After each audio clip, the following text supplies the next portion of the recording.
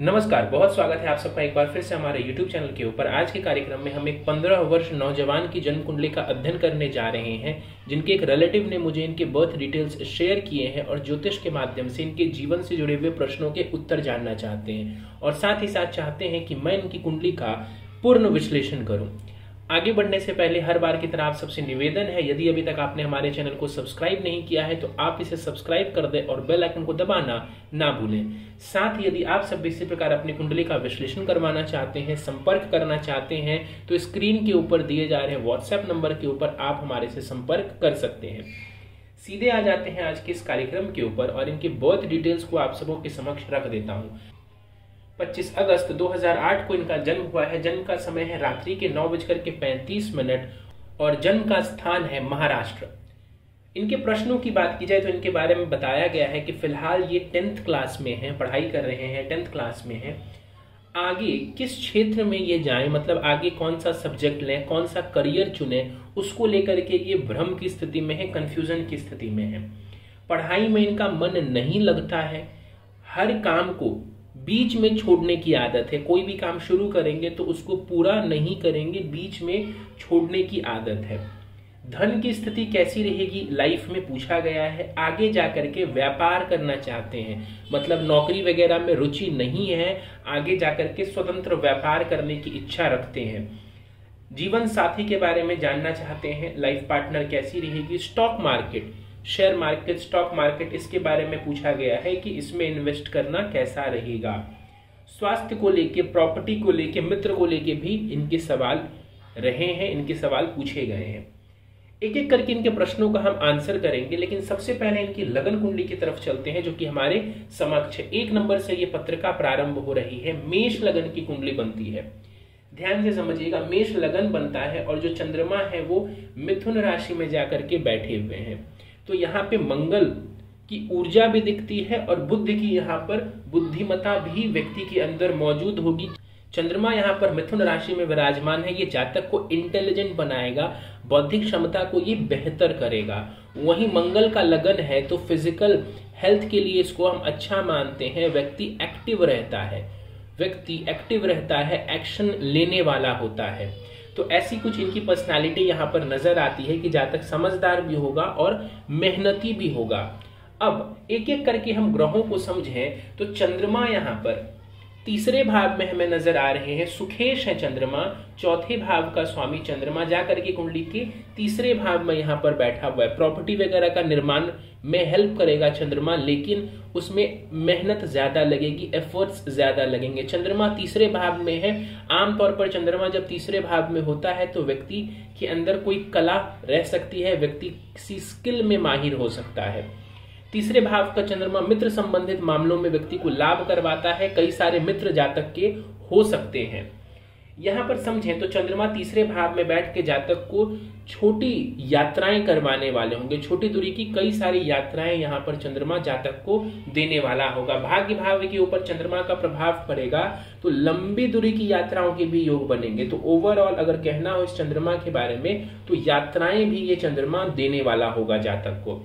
केतु कुंडली के चौथे भाव में हमें नजर आ रहे हैं। चौथे भाव में केतु का बैठना क्या परिणाम देगा समझते हैं। चौथा भाव माता से संबंधित है। चौथा भाव यहाँ पर सुखों को दर्शाता है, जीवन में प्रॉपर्टी को दर्शाता है, वाहन को दर्शाता है।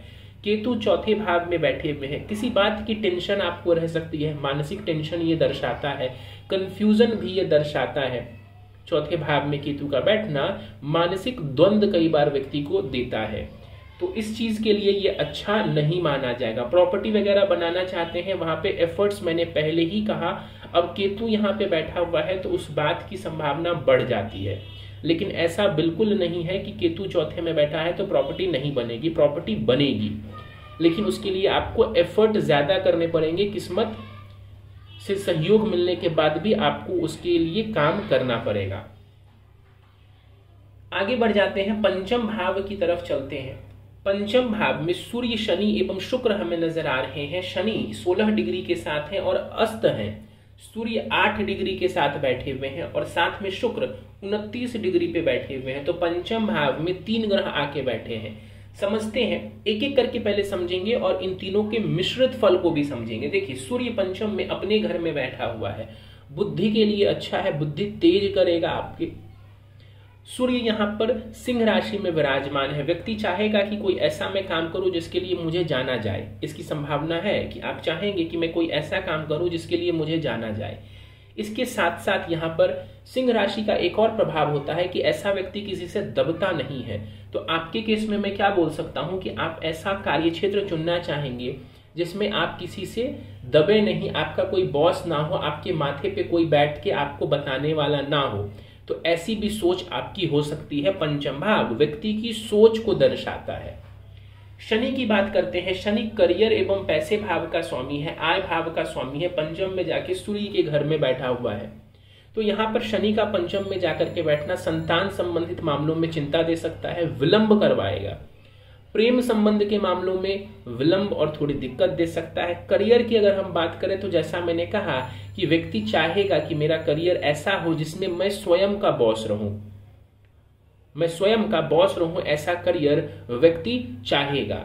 यहाँ पे शनि की स्थिति इस बात की सूचना भी दे रहा है कि आप करियर में नेम फेम आपको मिलने की संभावना काफी प्रबल है। करियर में कुछ भी आप ऐसा कर सकते हैं जिसकी वजह से दुनिया आपको जाने या आसपास के लोग आपको जाने, करियर की वजह से, काम की वजह से।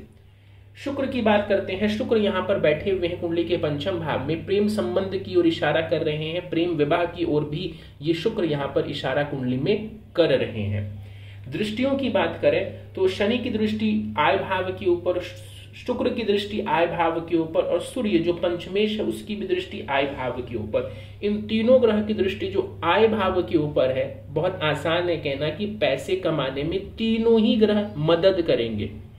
तो धन से जुड़े मामलों के लिए स्थिति काफी बढ़िया नजर आती है।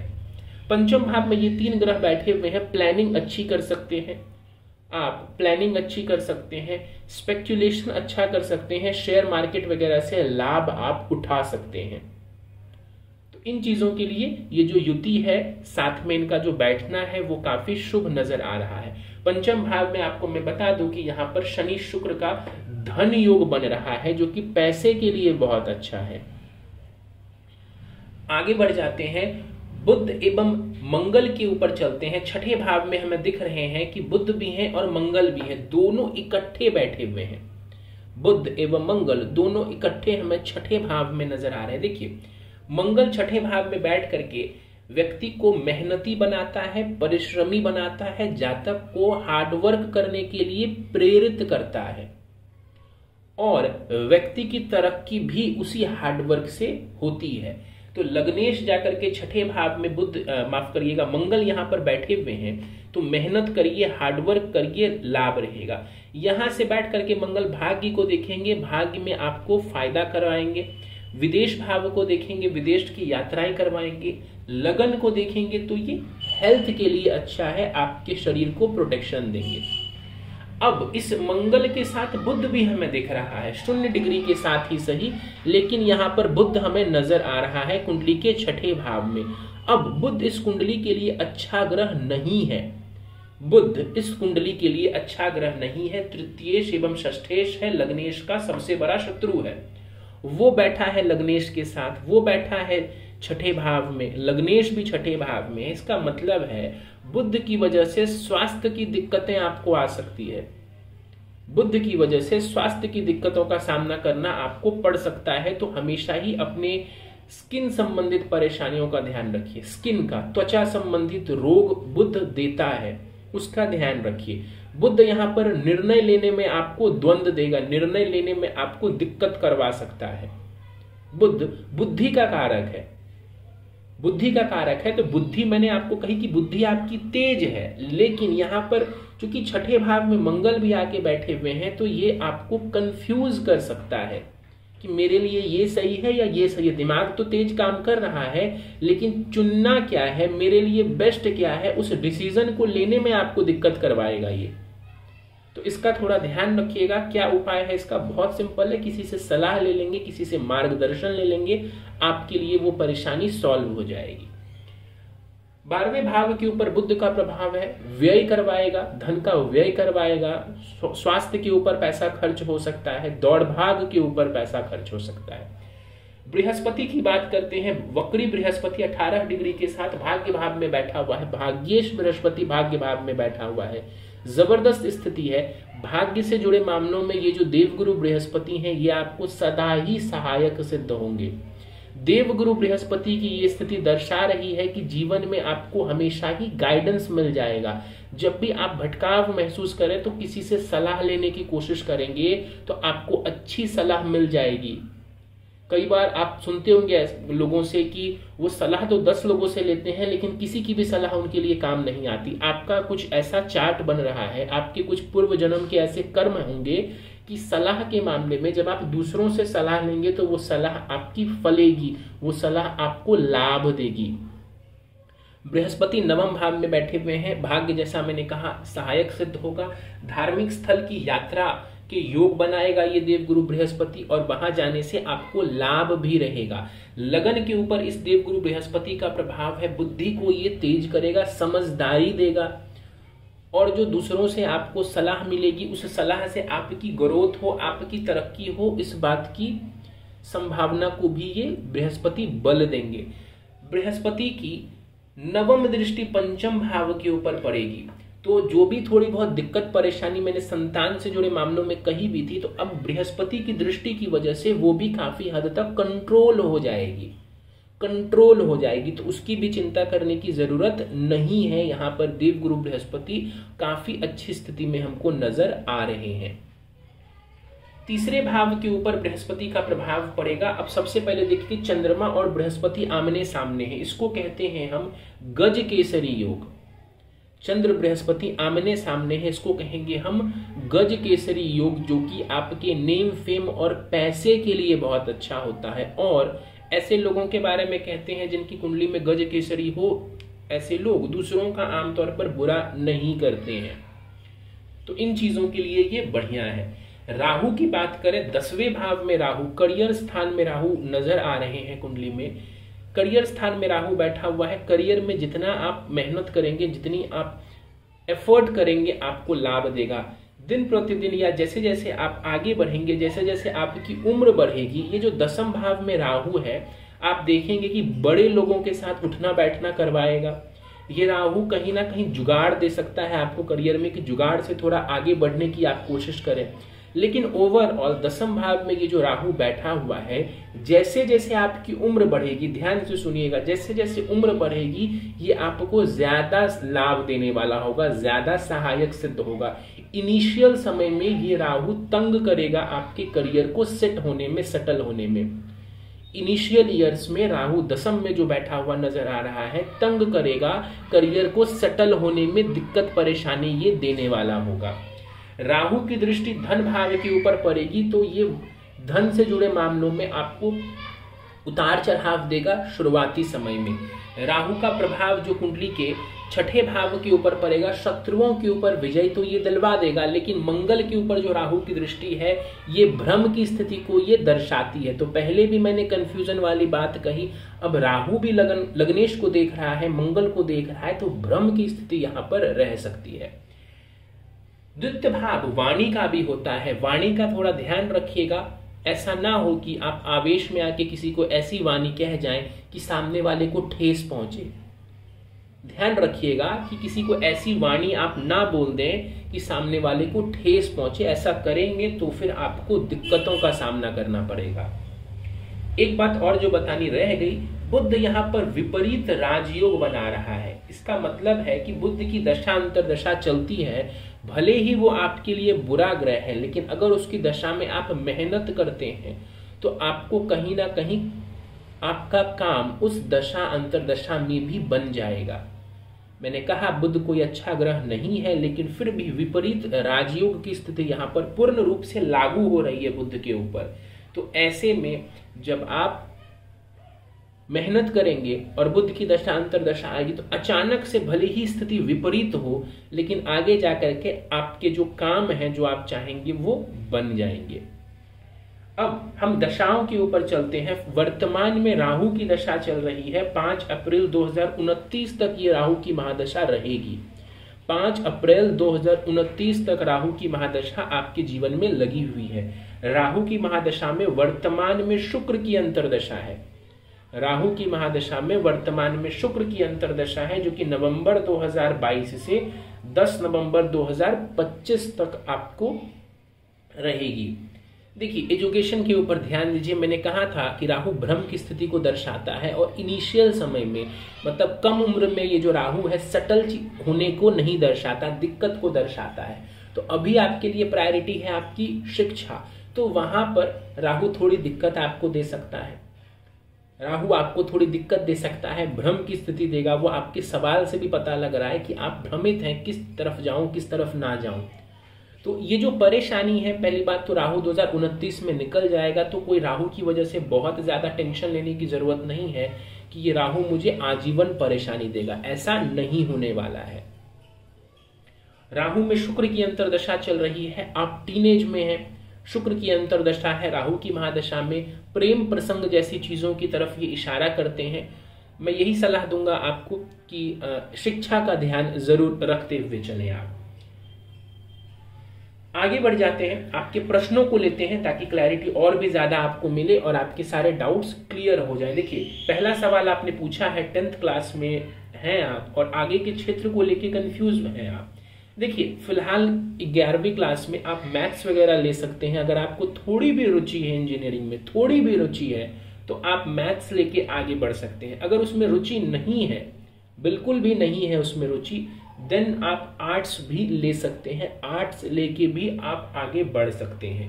अगर थोड़ी बहुत भी रुचि है तो इनिशियल समय के लिए ही आप इंजीनियरिंग की तरफ आगे बढ़ सकते हैं। हाँ, इस बात की संभावना ज्यादा है कि अगर आप इंजीनियरिंग करते भी हैं तो आप उसमें ज्यादा समय तक करियर नहीं बनाएंगे, आप उसको छोड़ देंगे, इसकी संभावना ज्यादा दिखती है। लेकिन फिर भी फिलहाल के लिए आप चाहें तो मैथ्स लेके फिर इंजीनियरिंग की तरफ बढ़ सकते हैं, अन्यथा आर्ट्स भी आप ले सकते हैं।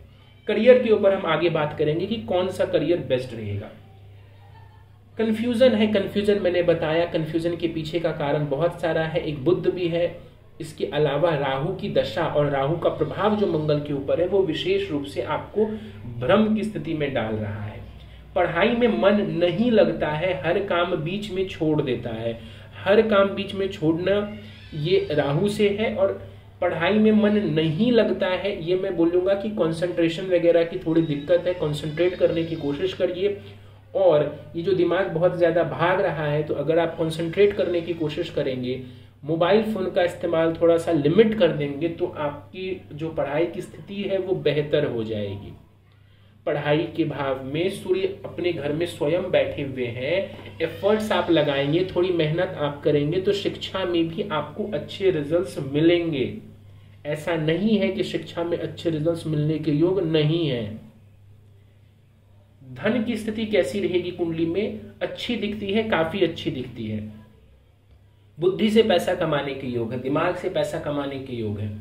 आगे जाकर व्यापार करना चाहता है, किस क्षेत्र में व्यापार करना चाहिए? देखिए, अगर इस कुंडली में करियर की बात की जाए कि करियर किस फील्ड में बनाया जाए, हमने एजुकेशन की बात की कि फिलहाल के लिए आप मैथ्स ले सकते हैं, या उसमें भी मन नहीं है तो आर्ट्स ले सकते हैं। वो तो फिलहाल एजुकेशन की बात हो गई, 2-4 साल की बात हो गई। लेकिन करियर जो पूरी जिंदगी की बात होती है कि किस तरफ जाया जाए। देखिए, आप क्रिएटिव करियर की तरफ भी जा सकते हैं। ड्रामा, एक्टिंग, इस तरफ आपको रुचि है, आप उसमें इंटरेस्टेड हैं, आप उस तरफ जा सकते हैं। नहीं है इंटरेस्टेड, आगे जाके इवेंट मैनेजमेंट का काम कर सकते हैं। देखिए, थोड़ा ऑड करियर है, नॉर्मली हम डॉक्टर, इंजीनियर, आईएएस, आईपीएस इसी तरफ जाते हैं। आपका चार्ट वैसा नहीं है, और आपके प्रश्नों से भी लगा कि आप इतने पढ़ाई में सीरियस भी नहीं हैं। तो उसके हिसाब से चार्ट जो प्रॉमिस कर रहा है, इवेंट मैनेजमेंट में आप जा सकते हैं। इवेंट प्लानर, मैंने कहा कि प्लानिंग आप अच्छी कर सकते हैं, तो इवेंट प्लानर आप बन सकते हैं। मैनेजमेंट आप कर सकते हैं। स्पेक्यूलेशन या शेयर मार्केट में पैसा लगाना, उससे पैसा कमाने की अच्छी संभावना दिखती है। गाइडेंस दे के दूसरों को पैसा कमा सकते हैं, टीचर बन के आप पैसा कमा सकते हैं। अब ध्यान से समझिएगा, गाइडेंस दे के, टीचर बन के। अब सवाल उठता है टीचर तो वही बनेगा जो खुद पढ़ा लिखा हो बहुत ज्यादा। तो ऐसे में आप कोई भी स्किल सीख के दुनिया का, उसको दूसरों को सिखा के पैसा कमा सकते हैं। फॉर एग्जाम्पल, आपने पढ़ाई नहीं की, या किसी ने, मान लीजिए एक व्यक्ति है उसने पढ़ाई नहीं की, लेकिन उसने शेयर मार्केट को अच्छे से पढ़ लिया, अच्छे से समझ लिया। अब वो शेयर मार्केट दूसरों को सिखा रहा है और उससे भी पैसे बना रहा है। नॉर्मली ये ट्रेडिशनल पढ़ाई तो नहीं है, कन्वेंशनल पढ़ाई नहीं है, अलग तरीके की है। फला किसी व्यक्ति ने डांस अच्छे से सीख लिया, वो दूसरों को डांस सिखा रहा है और एज अ टीचर पैसे कमा रहा है। तो इस तरीके का कोई काम जिसमें आप दूसरों को कुछ सिखाएं, कुछ बताएं, उससे भी धन कमाने की योग बहुत अच्छे नजर आ रहे हैं। दूसरों को गाइड करके, जैसे फिलहाल मैं आपको गाइडेंस दे रहा हूं, ऐसे ही दूसरों को गाइड करके आप अच्छे पैसे कमा सकते हैं। तो सलाह देके, गाइड करके, मैनेजमेंट करके इन चीजों से पैसे कमाने की योग है, अच्छे खासे पैसे कमाने के योग हैं। आगे बढ़ जाते हैं। पूछा गया है व्यापार करना चाहिए। व्यापार आप कर सकते हैं। व्यापार अगर आप करते हैं तो मैं आपको ये सलाह दूंगा कि सीरियस होके उसको करिए। और 9 to 5 जैसे व्यक्ति जॉब के ऊपर जाता है, वैसे ही आपको अपना व्यापार भी करना चाहिए। ऐसा नहीं चलेगा आपका व्यापार कि आज आपका मन किया तो आपने काम किया और कल आपने अपनी मर्जी से छुट्टी ले ली। अगर ये एटीट्यूड है तो फिर अच्छा आपको सक्सेस नहीं मिलेगा। लेकिन अगर आप डिसिप्लिन तरीके से अपना बिजनेस करते हैं तो यस आपके लिए अच्छा रहेगा। दूसरों को सलाह देने वाला बिजनेस अच्छा रहेगा, काफी अच्छा चलेगा आपका। लाइफ पार्टनर कैसी रहेगी? गंभीर स्वभाव की रहेगी, बोल्ड स्वभाव रह सकता है उसका, किसी से दबने वाली नहीं होगी। अब समझिएगा, दबाने वाली भी नहीं होगी। ऐसा नहीं है कि वो अग्रेसिव होगी, लेकिन ये जरूर मैं कह सकता हूं आपको कि किसी के प्रभाव में आके, किसी के दबाव में आके काम करने वाली लड़की वो नहीं होगी। धार्मिक हो सकती है, धर्म वगैरह में आस्था होगी, रुचि होगी, समझदार होगी, प्रभावशाली व्यक्तित्व होगा। ऐसा व्यक्तित्व होगा जिससे मिल करके किसी को अच्छा लगे या व्यक्ति उनको याद रखे, तो प्रभावशाली व्यक्तित्व उनका रहेगा। प्रेम विवाह की संभावना कुंडली में बनी हुई है। स्टॉक मार्केट कैसा रहेगा? मैंने कहा शेयर मार्केट से लाभ के योग हैं। शेयर मार्केट में इन्वेस्टमेंट करना फायदेमंद रहेगा। ध्यान रखिएगा, अगर राहु की दशा में कर रहे हैं तो बहुत ध्यान से करिएगा, समझदारी से करिएगा, पहले नॉलेज अच्छी ले लीजिएगा। मैंने कह तो दिया है कुंडली से अच्छा है, और नो डाउट कुंडली से बहुत अच्छा दिख रहा है इस फील्ड से पैसा कमाना, लेकिन ये फील्ड रिस्की है, आपको भी पता है। तो अच्छे से नॉलेज ग्रहण कर लीजिए, चीजें समझ लीजिए, उसके बाद इन्वेस्टमेंट करिए, तो आपके लिए स्थिति बढ़िया रहेगी। कुंडली के हिसाब से बोले तो यस, फायदा देगा शेयर मार्केट आपको। स्वास्थ्य की बात करते हैं। मैंने कहा था बुद्धि के कारण परेशानी हो सकती है, स्किन की दिक्कत, स्किन संबंधित, त्वचा संबंधित रोग और डाइजेशन संबंधित दिक्कत, ये दो दिक्कतें, ये दो स्वास्थ्य की परेशानी संभव है आपके लिए। प्रॉपर्टी और पैसे की बात की जाए तो देखिए पैसा अच्छा दिखता है कुंडली में, बहुत अच्छा दिखता है। धन योग है आपकी कुंडली में। मैंने कहा भी आपको कि शुक्र वगैरह धन योग बना रहे हैं, शनि शुक्र का साथ बैठना ये धन योग है पत्रिका में, तो आप पैसा तो बनाएंगे, जीवन में अच्छा रहेगा। प्रॉपर्टी की जहां तक बात आपने की है, प्रॉपर्टी जरूर बनाएंगे, मेहनत लगेगी, हो सकता है थोड़ा समय लगे प्रॉपर्टी बनाने में, खुद की प्रॉपर्टी बनाने में थोड़ा समय लगेगा। मित्र कैसे रहेंगे? ओवरऑल अच्छे मित्र मिलेंगे आपको, ये दिखता है, कोई दिक्कत नहीं है कुछ खास। कुछ मित्रों के साथ मतभेद हो सकता है। अब ध्यान से समझिएगा, कुछ मित्रों के साथ मतभेद हो सकता है, ऐसा बहुत सारे लोगों के बीच में होता है, लेकिन इसका ये कतई मतलब नहीं है कि जीवन में जो आपको मित्र मिलेंगे वो सबके सब अच्छे नहीं मिलेंगे या आपका बुरा ही चाहेंगे, ऐसा नहीं है, ऐसा नहीं है। बट हाँ, कुछ ऐसे हो सकते हैं, एक दो, जिनके साथ मतभेद आपका, सीरियस मतभेद आपका हो जाए, तो ये ध्यान रखना है। बाकी मित्रता से कोई खास आपको दिक्कत नहीं है। ओवरऑल लाइफ पूछा गया है, अच्छा है। अच्छा का मतलब जो भी अच्छा है चार्ट में वो एक एक करके आपको समझा दिया गया है कि कहाँ दिक्कत आएगी, कहाँ क्या अच्छा रहेगा। चलिए उपाय के ऊपर जाने से पहले नवमांश के ऊपर एक बार दृष्टि डालते हैं। नवमांश कुंडली इनकी मिथुन लगन की है, 3 नंबर से प्रारंभ हो रही है, और नवमांश कुंडली को समझे तो शुक्र सप्तम भाव में है, शुक्र सप्तम भाव में वहां मौजूद है। अगर उस चार्ट को रीड किया जाए तो लव मैरिज के योग, D9 में भी काफी ज्यादा प्रबल तौर पर नजर आ रही हैं। पत्नी के स्वभाव को लेके जैसा मैंने कहा था कि थोड़े बोल्ड नेचर की होंगी, करेजियस होंगी, अपना उनका हमेशा ही एक मत होगा, अपना मत हमेशा उनका होगा। ऐसा नहीं है कि दूसरों के बात में आके काम करने वाली होगी। ये बात नवमांश कुंडली में भी जाहिर होती है, नवमांश कुंडली से भी दिखती है। इसके अलावा अगर हम और भी चीजों को देखना चाहें तो ग्रहों की स्थिति नवमांश में अच्छी दिख रही है, बुरी स्थिति वहां पर नहीं है। मित्र राशि में ज्यादातर ग्रह जाकर के वहां विराजमान है, तो अच्छी स्थिति यहां पर नजर आ रही है। चलिए उपाय के ऊपर चलते हैं। उपाय जो कि आपको जीवन में अच्छा लाभ देंगे और जो दिक्कत परेशानी आ रही है उन परेशानियों में कमी करेंगे। प्रथम उपाय है हर शनिवार पास के किसी मंदिर जाकर के देवी के दर्शन करने हैं, माँ दुर्गा के दर्शन करने हैं। केवल आपको नमन करना है जाके एवरी सैटरडे। पुखराज आप धारण कर सकते हैं।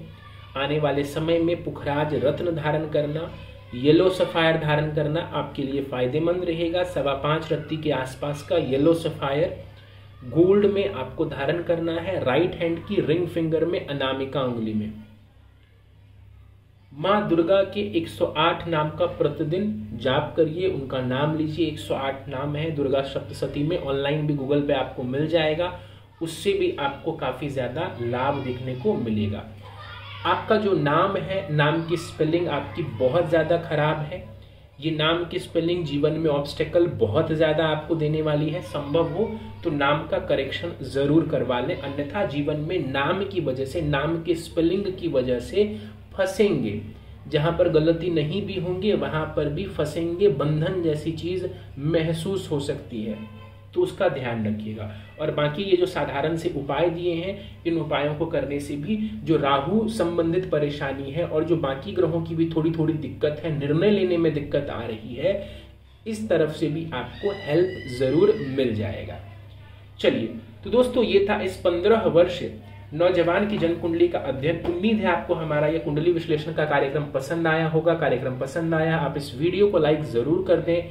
ऐसे और कार्यक्रमों के लिए आप हमारे चैनल को सब्सक्राइब करना ना भूलें। अगर आप भी इसी प्रकार अपनी कुंडली का विश्लेषण करवाना चाहते हैं, अपने हॉरोस्कोप को दिखाना चाहते हैं, जीवन से जुड़ी हुई किसी परेशानी का समाधान चाहते हैं ज्योतिष के दृष्टिकोण से, तो आप स्क्रीन के ऊपर दिए जा रहे व्हाट्सएप नंबर के ऊपर हमारे से संपर्क कर सकते हैं। इस वीडियो में फिलहाल इतना ही। आप सभी का बहुत बहुत धन्यवाद।